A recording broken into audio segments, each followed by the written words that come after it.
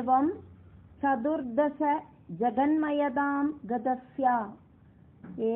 चतुर्दश जगन्मयदां गतस्य पादाळम् ईश तव पादतलं वदन्ति पाद ऊर्ध्वदेशम् अपि पादोर्ध्वदेशमपि देव रसातलं ते गुल्फद्वयं गलु महातलम् अल्बुद आत्मन् महातलमल्बुदात्मन् एवं चतुर्दश जगन्मयदां गतस्य पादाळमीश तव पादतलं वदन्ति पादोर्ध्वदेशमपि देवरसातलं ते गुल्फद्वयं गलु महातलमल्बुदात्मन् तलातलम् अद सुदलं च जानु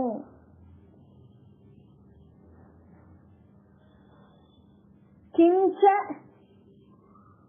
ऊरुभागयुगलं किंचोरुभागयुगलं विदलातले द्वे വിതലവും അതലവും എന്നിങ്ങനെയുള്ള രണ്ടെണ്ണം. ചോണീതലം ജഗനം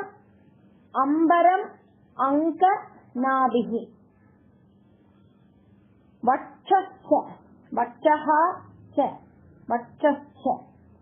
ശക്രനിലയഃ തവ ശക്രനിലയസ്തവ ചക്രപാണേ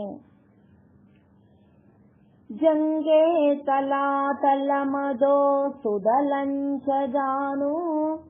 കിഞ്ചോരുഭാഗയുഗളം വിദലാതലേ ദ്വേ ചോണീതലം ജഗനമംബരമംഗനാഭീർ വക്ഷശ്ച ശക്രനിലയസ്തവ ചക്രപാണേ हे अंक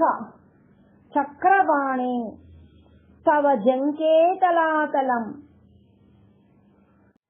ग्रीवा महः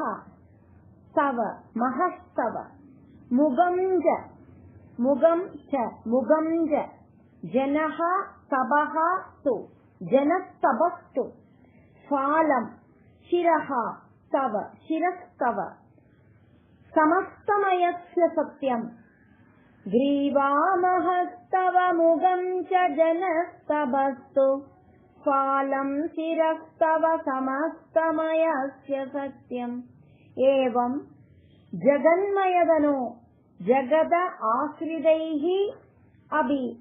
अन्यैः निबद्धवपुषे जगदाश्रितैरप्यन्यैर्निबद्धवपुषे भगवन् नमः ते नमस्ते ग्रीवामहस्तव मुगं च जनस्तवस्तु फालं शिरस्तव समस्तमयस्य सत्यम् एवं जगन्मयतनो जगदाश्रितैरप्यन्यैर्निबद्धवपुषे भगवन् नमस्ते तव ग्रीवामहः मुगं च जनः फालं तु तपः समस्तमयस्य तव शिरः सत्यम् त्वद् ब्रह्मरन्ध्रपदम् ईश्वर विश्वकन्ता छन्दांसि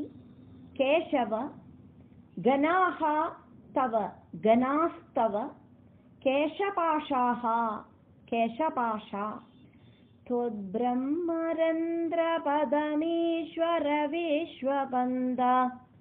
छन्दांसि केशव गणास्तव केशपाशा उल्लासि चिल्लियुगलं द्रुहिणस्य गेहं पक्ष्माणि रात्रिदिवसौ सविदा जनेत्रे त्वद्ब्रह्मरन्ध्रपदमीश्वर विश्वकन्ता छन्दांसि केशव गणास्तव केशपाशा उल्लासि चिल्लियुगलं द्रुहिणस्य गेहं पक्ष्माणि रात्रिदिवसौ सविदा जनेत्रे निःशेष विश्वरजना च कडाक्षमोक्षः कर्णौ दिशः अश्वियुगलं तव नासिके द्वे निःशेष विश्वरजना च कडाक्षमोक्ष कर्णौ दिशोऽश्वियुगलं तव नासिके द्वे लोभत्रभेज भगवन् अधरोत्तरोष्टौ तारागणाः च दशनाः शमनः च दंष्ट्रा तारागणाश्च दशना शमनश्च दंष्ट्रा लोभत्रभेज भगवन्नधरोत्तरोष्टौ तारागणाश्च दशना शमनश्च दंष्ट्रा निःशेष विश्वरजना च कडाक्षमोक्ष कर्णौ दिशोऽश्वियुगलं तव नासिके द्वे लोभत्रभेज भगवन्नधरोत्तरोष्टौ तारागणाश्च दशना समनश्च दंष्ट्रा माया विलास हसिदं श्वसिदं समीरः जिह्वा जलं वजनम् ईश वजनमीश शगुन्दपङ्क्तिः वजनमीश शगुन्दपङ्क्ति मायाविलासहसिदं श्वसिदं समीरो जिह्वाजलं वजनमीश शगुन्दपङ्क्ति सिद्धादयः स्वरगणाः मुगरन्ध्रम् अग्निः देवा मुगरन्ध्रमग्निर्देवा भुजाः स्तनयुगं तव धर्मदेवाः सिद्धादयः स्वरगणा मुगरन्ध्रमग्निर्देवा भुजा स्तनयुगं तव धर्मदेवा मायाविलासहसिदं श्वसिदं समीरो जिह्वाजलं वजनमीश शगुन्दपङ्क्ति सिद्धादयः स्वरगणा मुगरन्ध्रमग्निर्देवा भुजा स्तनयुगं तव धर्मदेवा पृष्ठं तु अधर्मः पृष्ठं त्वधर्म इह देव मनः सुधांशुः अव्यक्तम् एव मनः सुधांशुरव्यक्तमेव हृदयाम्बुजम् अम्बुजाक्षा हृदयाम्बुजम् अम्बुजाक्षा पृष्ठं त्वधर्म इह देव मनः सुधांशु अव्यक्तमेव हृदयाम्बुजमम्बुजाक्षा कुक्षिः समुद्रनिवः वसनं तु सन्त्ये शेफः प्रजापतिः असौ वृषणौज मित्रः कुक्षिः समुद्रनिवः वसनं तु सन्त्ये शेफ प्रजापतिरसौ वृषणौज मित्र पृष्ठं त्वधर्म इह देव मनः सुधांशोरव्यक्तमेव हृदयाम्बुजमम्बुजाक्षा कुक्षिः समुद्रनिवः वसनं तु सन्त्ये शेफ प्रजापतिरसौ वृषणौज मित्र श्रोणिस्थलं मृगगणापदयोर्नगास्ते हस्त्युष्ट्रसैन्धवमुगागमनं तु काला विप्रादिवर्णभवनं वदनाब्जबाहु चारूरुयुग्मचरणं करुणाम्बुदेते श्रोणिस्थलं मृगगणाः पदयोः नगाः ते हस्त्युष्ट्र सैन्धव मुगाः गमनं तु कालः विप्रादिवर्णभवनं वदनाब्जबाहु चारु ऊरु युग्मचरणं करुणाम्बुदे ते संसारचक्रम् अयि संसारचक्रमयि चक्रधरा क्रियाः ते क्रियास्ते वीर्यं महा असुरगणः अस्तिकुलानि शैलाः महासुरगणोऽस्तिकुलानि शैला नाड्यः सरिद् समुदयः तरवः च रोमा सरिस्समुदयस्तरवश्च रोमा जीयादिदं वपुः अनिर्वचनीयम् ईशा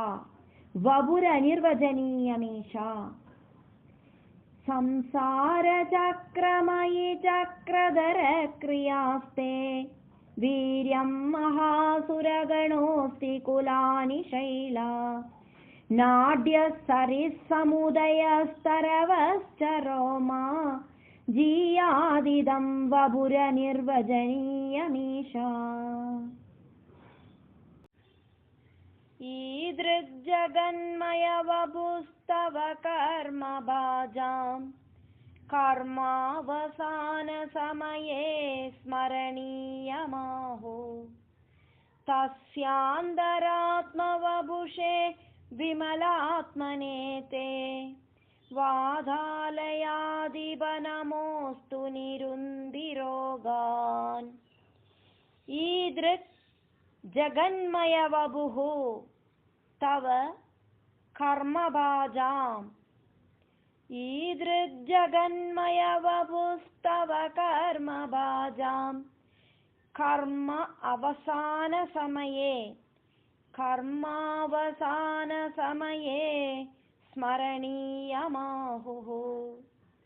स्मरणीयम् आहुः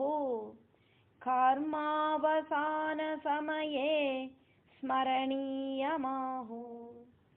ईदृग्जगन्मयवपुस्तव कर्मभाजां कर्मावसानसमये स्मरणीयमाहुः तस्यान्तरात्मवपुषे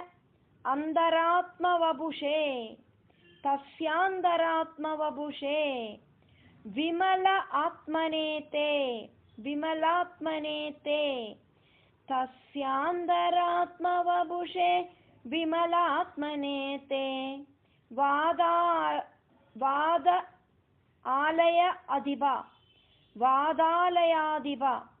वादालय अधिप नमः अस्तु नमोस्तु निरुन्ति रोगान् वादालयादिप नमोस्तु निरुन्ति रोगान् तस्यान्तरात्मवपुषे विमलात्मने ते वादालयादिप नमोस्तु निरुन्ति रोगान्।